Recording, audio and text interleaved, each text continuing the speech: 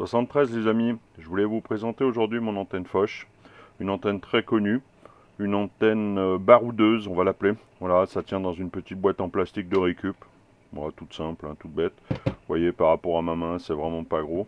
Ça se met facilement dans un sac à dos et c'est à la portée de tout le monde. C'est à peu près du matériel qu'on peut trouver de partout dans les garages.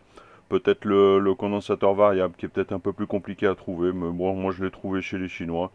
Ça vaut une dizaine d'euros, 10-12 euros, voilà. Allez, présentation. On ouvre le couvercle. Vous voyez, ça tient tout dedans, c'est magique. Je sors mon fil. Voilà l'intérieur. Du fil de 5, une PL 259, un CV, un bout de vis, et le tour est joué. Alors, il suffit de récupérer un bout de fil de 2,5. J'ai fait 8 spires sur un bout de manche à balai, ce qui nous fait à peu près un diamètre de 25 mm, à quelque chose près.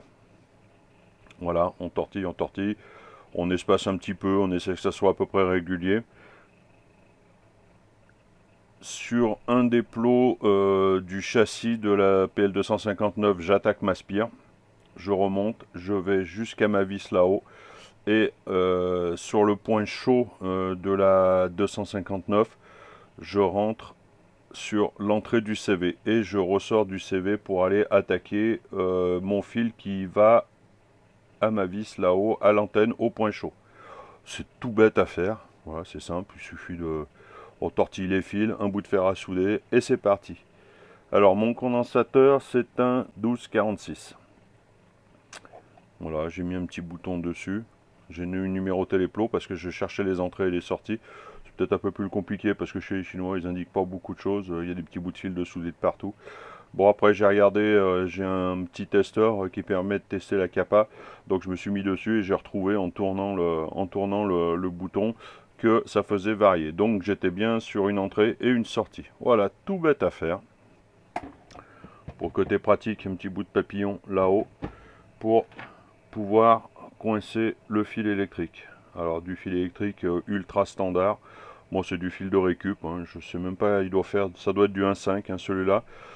Cette antenne là elle est taillée pour pour une demi-onde. Alors il faudra que je fasse des essais prochainement pour la tailler en 5/8. Bon, peut-être qu'on aura des performances peut-être différentes vu que les angles de tir sont pas les mêmes. Je vais essayer.